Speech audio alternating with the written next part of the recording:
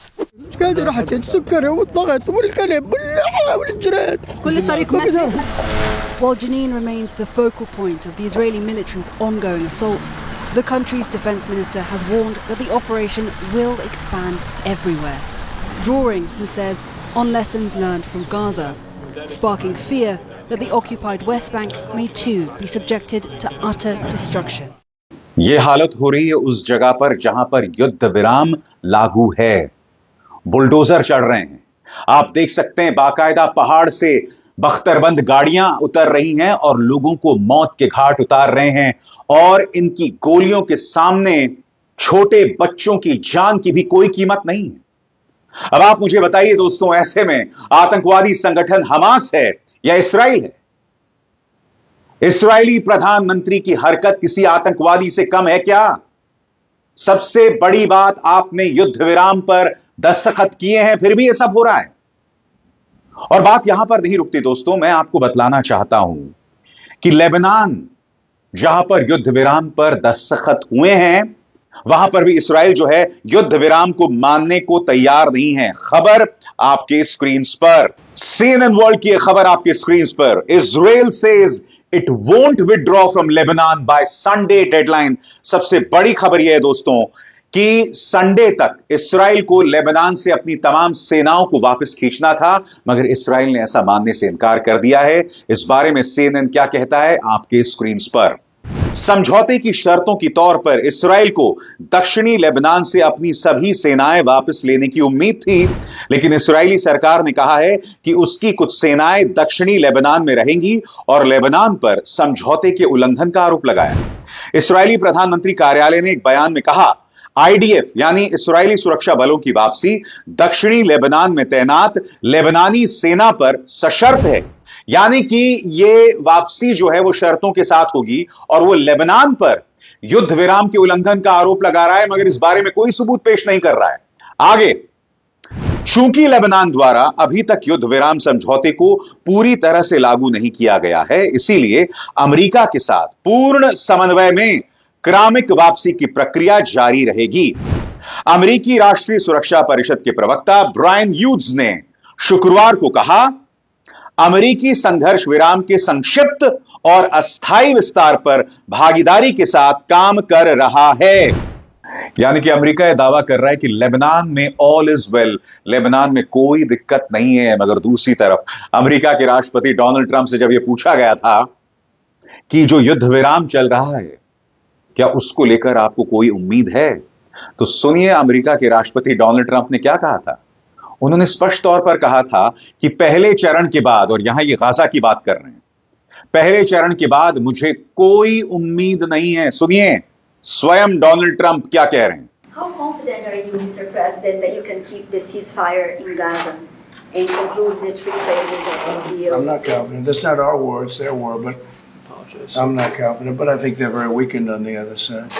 Gaza, boy, I looked at a picture of Gaza. Gaza is like a massive demolition site. और दूसरी तरफ Hamas ने इन 4 महिला इस्राएली सैनिकों को रिहा कर दिया है। इस तस्वीर में आप देख सकते हैं उनकी रिहाई के बाद इस्राएल में किस तरह का जश्न मन रहा है। एक मंच पर उन्हें सम्मानित किया जा रहा है। उनकी रिहाई के बारे में क्या खबरें मिल रही हैं आपके स्क्रीन पर। हमास में युद्ध विराम समझौते के तहत गाजा में पकड़ी गई 4 महिला इस्राएली सैनिकों को रिहा कर दिया गया है और उन्हें गाजा शहर के फलस्तीन स्क्वायर में रेड क्रॉस अधिकारियों को सौंप दिया गया है। शनिवार को बंदियों की दूसरी रिहाई के बदले में इसराइल को इस्राएली जेलों में बंद 200 फलस्तीनियों को रिहा करने की उम्मीद है। दोस्तों, रिहाई के दौरान यह नजारा था फलस्तीनी स्क्वायर का। यहां पर न सिर्फ हमास बल्कि इस्लामिक जिहाद और रेड क्रॉस के अधिकारी भी मौजूद थे और इसी हालात में उन 4 महिला इस्राएली सैनिकों को रिहा किया गया। एक बात पर गौर कीजिएगा दोस्तों, ये महिला इस्राएली सैनिक हमास और इस्लामिक जिहाद की मौजूदगी में इनकी रिहाई हुई। उनका बाल तक बांका नहीं हुआ। मगर कल्पना कीजिए दोस्तों, जो नफरत इस वक्त हमास के मन में, आम फलस्तीनी के मन में इसराइल को लेकर है, उन 4 इस्राएली महिला सैनिकों को कुछ भी हो सकता था, मगर जैसे मैंने बताया उनका बाल तक बांका नहीं हुआ है। इस बारे में क्या खबर मिल रही है दोस्तों, इस पर गौर कीजिए। रेड क्रॉस के प्रतिनिधियों और हमास के एक लड़ाके को रिहाई से पहले दस्तावेजों पर हस्ताक्षर करते देखा गया। हमास ने 4 महिला इस्राएली सैनिकों की पहचान करीन रिव, डैनियाला गिलबाओ, नामा लेवी और लिरी अलबाग के रूप में की है। चारों बंदी जो इस्राएली सैन्य वर्दी में थे, रिहा होते समय उन्होंने भीड़ की ओर हाथ हिलाया। फलस्तीनी स्क्वायर से अल जजीरा के लिए रिपोर्टिंग कर रहे इब्राहिम अल खलीजी ने रिहाई को ऐतिहासिक क्षण बताया। न सिर्फ वो महिला इस्राएली सैनिक रिहा हुई, बल्कि रिहाई के वक्त उन्होंने फलस्तीनियों के सामने हाथ भी हिलाया। मैं आपसे एक सवाल पूछना चाहता हूं, जिन फलस्तीनियों को, गजा के जिन निवासियों को इस्राएल ने अपने देश में बंधक बनाकर रखा हुआ है, क्या इस गरिमा में, क्या इस सौम्य अंदाज में उन्हें रिहा किया गया होगा? 200 रिहा हो रहे हैं, मगर मैं आपसे सवाल पूछना चाहता हूं, उनकी रिहाई की कितनी तस्वीरें आप तक पहुंचती हैं? यह सवाल किया जाना चाहिए ना, क्योंकि कहने को इस्राएल एक डेमोक्रेसी है, कहने को इस्राएल अमेरिका समर्थित एक देश है, मगर वहां जब फलस्तीनी रिहा होते हैं तो कितनी तस्वीरें सामने उभर कर आती हैं। सबसे बड़ी बात, जो महिला सैनिक रिहा हो रही हैं वो हमास और इस्लामिक जिहाद के लड़ाकों के बीच उनकी मौजूदगी, उनकी रिहाई हो रही है, मगर उनका बाल तक बांका नहीं हुआ। मगर मैंने आपको बतलाया, चाहे लेबनान हो या फिर वेस्ट बैंक की ये खौफनाक तस्वीरें, लगातार इस्राएल युद्ध विराम की शर्तों का उल्लंघन कर रहा है। सबसे बड़ी बात, जो वीडियो मैंने आपको दिखाया था, CNN की जो रिपोर्ट मैंने आपको दिखाई थी, आपने इन बच्चों के आंसुओं को देखा। इनका भविष्य जो है वो अंधकारमय है, मगर किसी को परवाह नहीं है। आप सोचिए दोस्तों, युद्ध विराम पर दस्तखत हो गए हैं और लोग अपने टूटे फूटे घरों की तरफ बढ़ रहे हैं, मगर बावजूद इसके जब लोग अपने घरों की तरफ बढ़ रहे हैं, तब इजरायली सेटलर्स जो हैं वो उन पर निशाना साध रहे हैं, वो भी इस्राएली सेना की मदद से। कितना खौफनाक मंजर है उनके लिए। उन्हें लगा कि भाई अब युद्ध खत्म हो गया है, मगर जब वो घर लौटते हैं तो उन्हें इस्राएली गुंडों का सामना करना पड़ता है। सोच की भी सेहरन पैदा होती है दोस्तों कि इनका जो ये अंधकारमय काल है, इसका खात्मा कब होगा। मैं उम्मीद करता हूं कि जल्द से जल्द इसका समाधान होगा इंसानियत के नाते।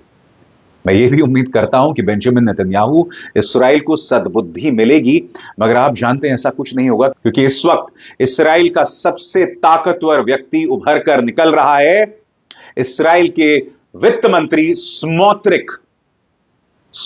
जी हां, वो स्मोत्रिक जो पैलेस्टीनियन पहचान को भी नहीं मानता। वही कहता है कि भाई फलस्तीनी भाषा कुछ नहीं होती, फलस्तीनी संस्कृति कुछ नहीं होती, फलस्तीनी लोग कुछ नहीं होते हैं। यह व्यक्ति इस वक्त सबसे ताकतवर व्यक्ति है। इस व्यक्ति की वजह से बताया जा रहा है कि पहले चरण के बाद इस्राएल एक बार फिर गजा पर हमला बोल देगा। वो गजा जहां करीब 60,000 लोग अनआधिकारिक तौर पर अनऑफिशियली मारे जा चुके हैं, वहां पर हालात बद से बदतर होते जा रहे हैं, क्योंकि स्मोत्रिक जैसे लोग जो वहशी बने हुए हैं, जो अपनी इंसानियत भूल गए हैं, एक के बाद एक बेकसूर औरतों और बच्चों पर निशाना साध रहे हैं। यह बहुत सेहरन पैदा करने वाला है दोस्तों।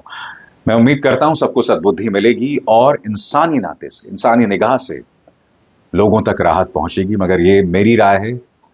आप भी जानते हैं कि हकीकत में क्या होने वाला है। अभिसार शर्मा को दीजिए इजाजत। नमस्कार।